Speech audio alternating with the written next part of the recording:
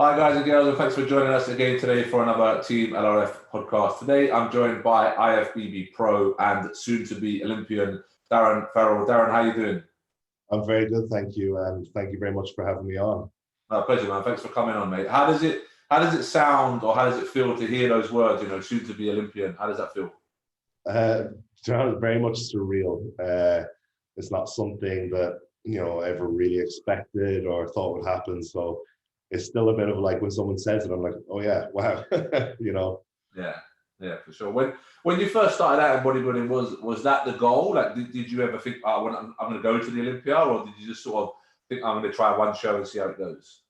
No, like when I started bodybuilding, like I started obviously in Ireland where I'm from, and like that wasn't even something anyone considered. In fact, it was like in Ireland, the attitude was very much that nobody will even turn pro from here, So it was never even like something I thought could happen. So like even turning pro was like a big deal for me, and something that I never thought would come about. Like I just started bodybuilding because I fell into it from injuries from sport and enjoyed it, and I just kept at it. Yeah, no, for sure. And like we spoke about just before the podcast, is that social media plays this image of like, you're going to rock up to your first show and you're going to win the overall at your first show, and the next show you're going to turn pro, and then at your pro debut you're going to go to the Olympia. Obviously, we know that's not the case, and the more non-heard of story, but the more common story is the one like yourself, where you get knockbacks, you try again, you come back better. So for those people who have possibly just started following you or don't follow you, just tell people a little bit about your story, about competing with, back in the day with the UK BFF, and I think the IFBB as well, wasn't it, originally? Yeah. And then cracking on from there, really, and going all the way through to the Olympia, really. So like, as I said, like I didn't start bodybuilding until I was 23 years old. I got injured in sport, retired from sport, ended up in the gym. I did my first show at the age of 24. And I think that was in Ireland in RIBBF and in NABA. And then I obviously moved over to the UK and I competed with UK BFF with yourself as my coach. And I think I did 14 shows and never won a single one or even came close to winning. And the first show I ever won was my pro qualifier in New Zealand. Having done 2 pro qualifiers the year before, not placing, nothing. I think when we did UK BFF, I attempted to qualify 2 or 3 times and qualified through a second place at a regional show. Went to the British finals, and I was probably a 3rd or 4th call out.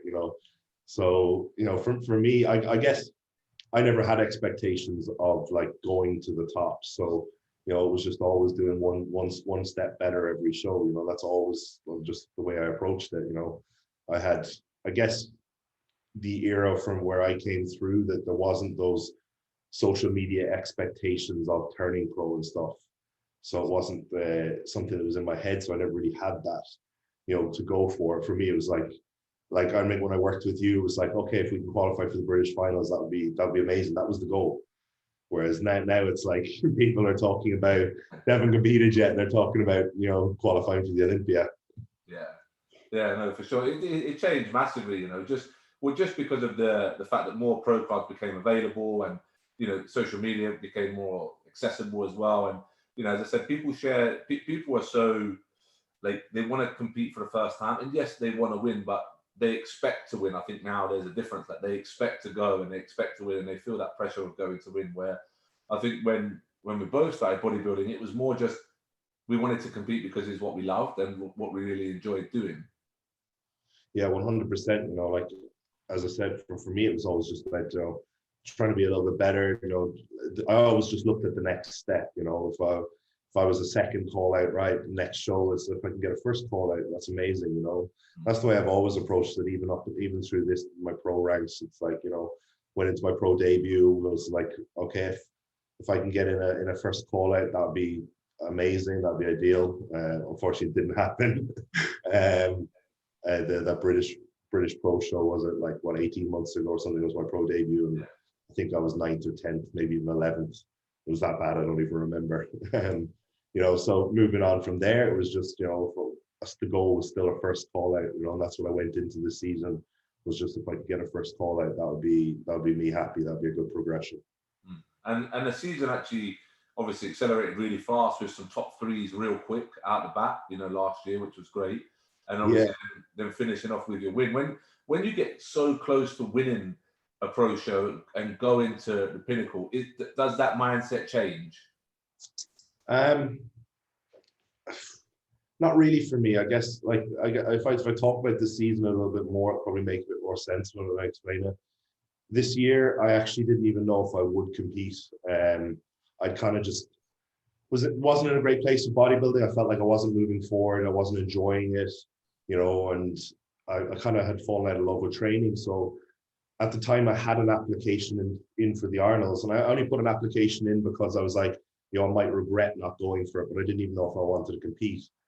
And I'd gone like 2 or 3 weeks without even really training. And I was actually speaking with Jay. He was like, you just need to get back into training, how you enjoy it and stuff. And we started working together again. And, I think we were working together 3 weeks, and I was responding really well to just everything. And I checked in with him one morning in person, and he was like, you need to look at doing a show. And it happened to be the same day they announced the Arnolds invites.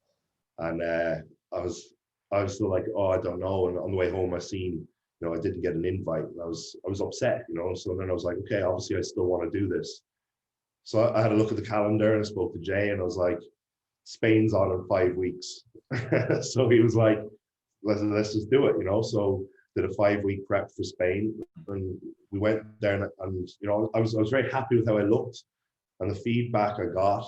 And I took 11th there, but that Spain show was like, there was like 30 in the class, and it was ridiculous, that class. And I think there was several people from that class were on the Olympia stage this year.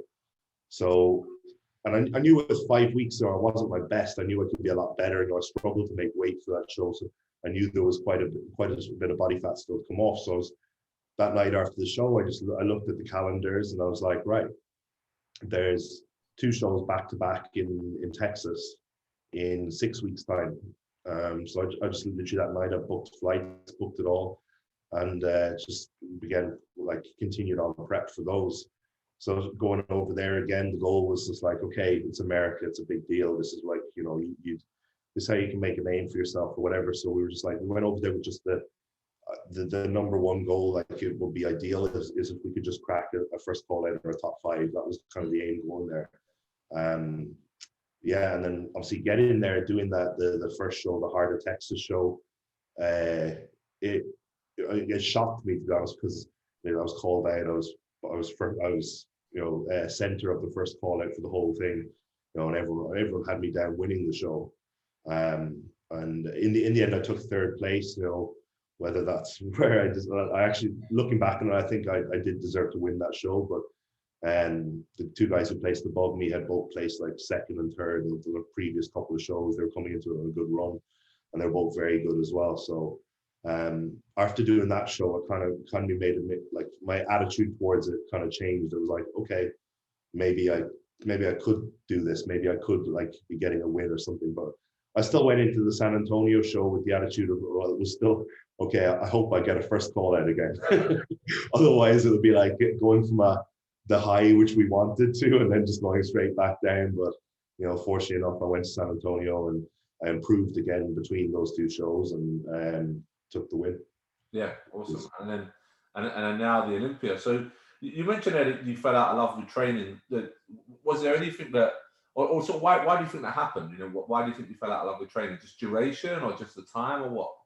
I think a little bit of everything. I think I lost my kind of mental clarity with all why I was doing it. I was too focused on outside noise and wanting to prove people wrong that I could do this and stuff like that. And just, I felt like I was doing a lot of putting everything into it. And I just wasn't happy with the way I looked or how I was feeling, with life in general and stuff. So, and I think I was putting so much pressure on myself to improve that I stopped enjoying the gym, and stopped enjoying the training. I was going there, and I was like, I need to be better. I need to be better. And then I took a step back from that and just went back to training how I enjoy. I think like sometimes all the 1%ers are great, but I think all the 1%ers also add a little bit of pressure. And this is sometimes why, like for me, like for a client, I won't get every client to log their workouts, because like that's just another added pressure. Then, like even for example during prep, that they've got to beat every single session, and they feel like, oh shit, I'm disappointed if I don't get an extra rep or stuff like that. And you know, I think they're all great tools to use at certain points, but I think like sometimes, like you were saying there are a lot of external noises, and you know, if you cut them out, then you've still got all these other bits that you need to now. Right, I need to now sleep. I need to now rest. I need to now my logbook. I need to now. And if you miss, for example, like one rep on your session, like people do think sometimes it's the end of the world, and they think I'm not going to place now because I missed that one rep. So yeah, I do think sometimes there's lots and lots of variables that we look at, and I think sometimes there can be too many that we put into the pie almost. What do you think? Yeah, it's definitely a double-edged sword there, where we're tracking every sort of means of progress. I think you need to be very self-aware and aware of what the goal is, to know that, you know, okay, it isn't always going to progress, and that's also why you are logging it, and that's why you're taking these things. Because then it's not always that you want to see the numbers go up or you want to see it progressing. It will go down, or there will be something, and then that's where you need to be able to be subjective and go, okay, well, why has it gone down? Not, oh shit, I'm pissed off it's gone down. It's go, okay, what's gone on here? That's just a way of you taking the negative to improve, rather than just taking a negative as a negative.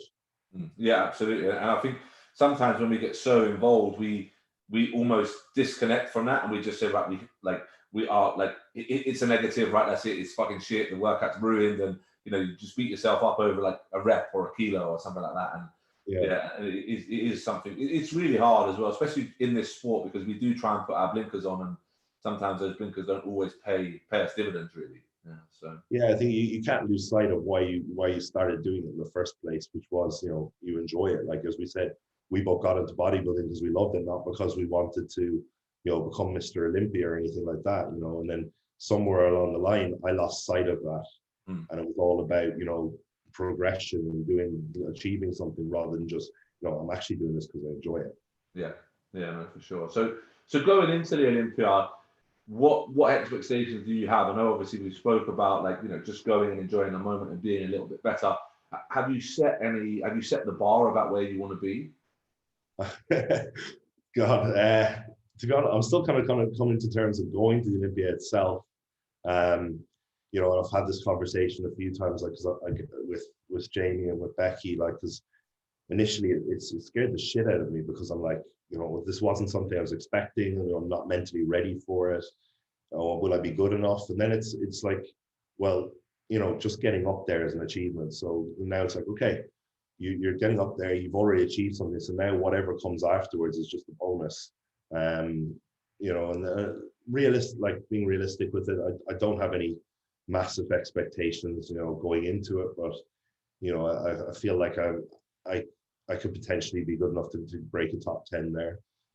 That would be like, if that happened, that would be a massive win for me. Yeah.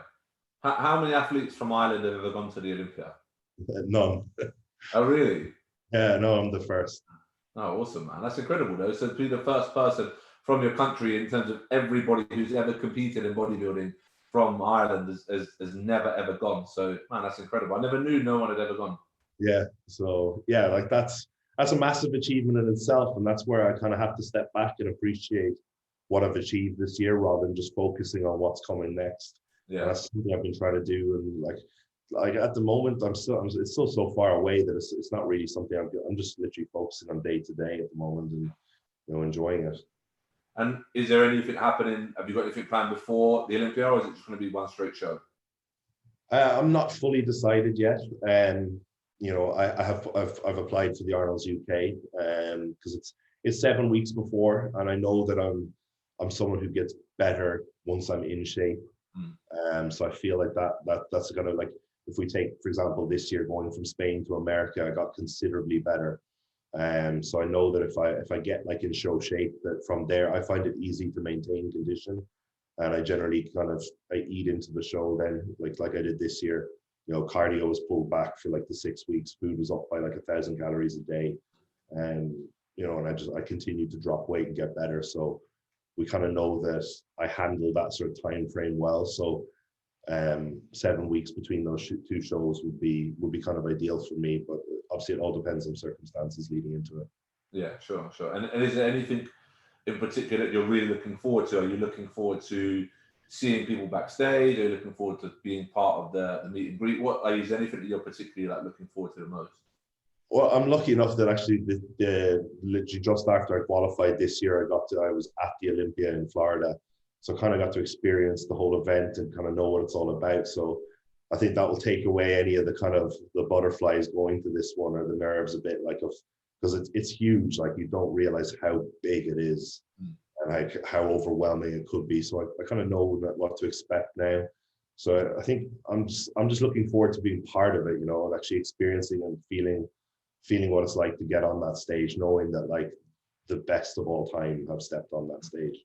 Oh yeah, absolutely. And as I said, being the first person from your country, home country, to do that is incredible, man. That's incredible. Yeah, so that's going to be great. And then the Arnolds as well. If you get an invite there, that'll be a really good sort of, maybe intro to the Olympia, because the Arnolds this year was probably outside of the Olympia, the biggest show I've ever seen in terms of a crowd and in terms of noise and stuff like that. It's still not the same as the US crowds. Like, the US crowds are very vocal. They let you know what you think. They think, whereas sometimes in the UK we're a bit hesitant to do that. But in terms of a crowd perspective, the Arnolds this year I've only ever seen it eclipsed by the Olympia. So that would be great if you can get to go there as well. Yeah, and also like being, I know I'm not from the UK as such, but being from Ireland, and I would consider competing in the Arnolds UK as like competing at home. Obviously I don't get to experience that, like, because I live on the other side of the world, so I feel very distant from where I essentially began. So it would be nice to compete on a big stage in the UK. Yeah, for sure. And in terms of bodybuilding as a whole, like, has it taught you any real valuable lessons that sometimes people don't talk about with bodybuilding, like discipline and adherence and commitment? Because obviously I know you've been through a long journey and it's taken you a long time to get to where you are. Has that ever come across in other aspects of life as well?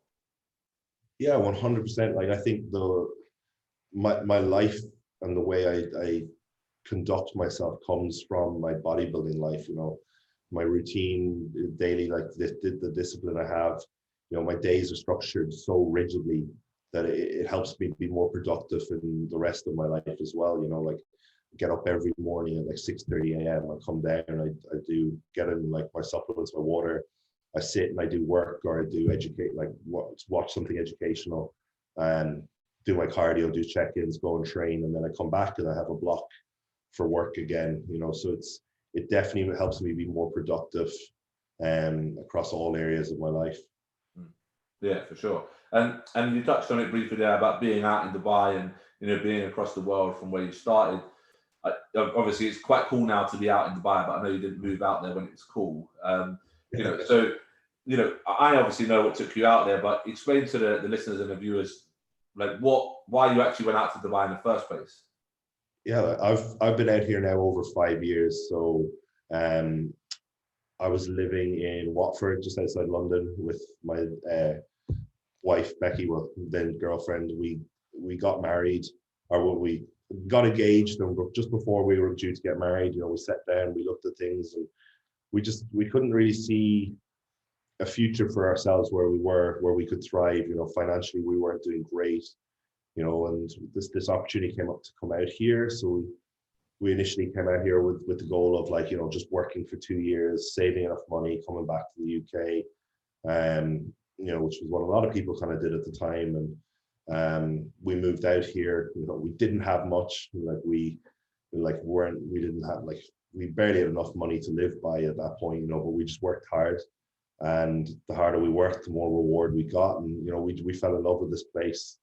And then I think after about a year or two of being here, there was kind of more of a fitness community moving out here from the UK and stuff. And we just found ourselves surrounded by lots of like-minded people we loved, and we've ended up just like, this has become home for us now. Yeah, no, for sure. And how do you adapt to certain things? How do you adapt to the culture?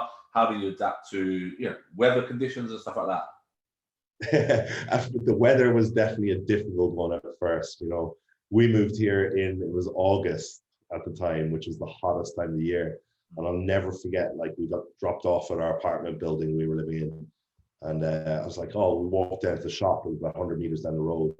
And I opened the door of the apartment, like, building. And it was like opening an oven. My sunglasses steamed up. And I was just like, holy shit. But yeah, at the time when we first moved here, it was a lot different to what it is now. Throughout the years now, we've seen it become more westernized and more, like, you know, integrated and stuff. Like, you know, like when Ramadan's on now, it's like it doesn't really affect anything. Whereas back then it was like, you know, everything was shut, no food or water, even just like the shops, the hotels, everything. It's become it's just such an international place that, like, it's no different to being in America or being in the UK. Yeah, for sure. And obviously, you saw a lot of people go out there during the pandemic. Did things change over there during the pandemic, during like training or work or anything like that? Yeah, the gym's got a lot busier, that's for sure. But no, it was nice. It was cool because it was, like, again, more like-minded people coming here. You know, got to interact and network with lots of, you know, fitness people working in the fitness industry from the UK. So it was actually quite nice. You know, and a lot of them have ended up, like, either staying or going back and then coming back out here to move out, and it's definitely become like very much like a UK kind of fitness scene here now as well. Yeah, no, cool. No, it's great, man. As I said, I know you didn't do it recently. I know obviously you've been over there now for some time, so it's great to see that you've seen it, like, when it was not old school, because it wasn't still old school back then. It was still partly westernized, but now it's more westernized. It's it's great to see, because there's so many people out there. I know, like, Naj is out there at the moment from Grafism as well. Yeah. He So comes out quite a bit, actually. Yeah, I know he's out there as well, and obviously Jay's out there, Jamie, yourself, and there's so many more, like, other people out there as well. But it's great to see that people are moving out there and just sort of cracking on, really, and getting on with everything as they can. You know. Yeah, there's definitely, like, there's a good support network here as well. You know, I think it's very much like everyone's happy to, like, you know, to help each other, you know, do some things. And you see a lot of, like, you know, interaction between coaches, like, people, just like everyone working within the industry out here, and, you know, helping each other out, you know, giving advice, things like this. You know, so it's very much everyone kind of is helping each other to succeed out here. Do you think you'll ever move back? I'll never say never, but for now, I don't think so. You know, we're very much settled. Like, I think our next thing now is looking at buying somewhere to live permanently here. So yeah, no, it's definitely my home. Like, I think it's different for us, I guess, because obviously Becky's from the UK, I'm from Ireland. You know, I've lived, you know, in different places before coming here, so I don't consider anywhere, like, in the UK or Ireland home as such anymore. Yeah, especially when you've been there 5 years. You know, it's almost like a new home, isn't it, that you've been there for so long. Yeah, no, for sure. No, it's great, man. As I said, it's great to see the culture moving over. You know, people still coming back for shows, people still doing shows. People don't have to do a regional if they live out there as well. You know, yeah, that's true. Once you have a residence visa here, you're good. Yeah. So yeah, no, it's all good now. It's great to see, man. It's great to see things evolve, because again, I remember when you were working and you were doing you know, non-fitness related jobs, and you know, and competing over here. So it's great to see how everything has developed, not only with yourself but your brand as well, and your brand moving forward as well. So, yeah, no, it's been a journey. It's not all been sunshine and roses, that's for sure. You know, it's been difficult at times, but you know, we've stuck to it out here, and we've you know, kind of worked hard and built the life that we're happy and proud of. So 100%.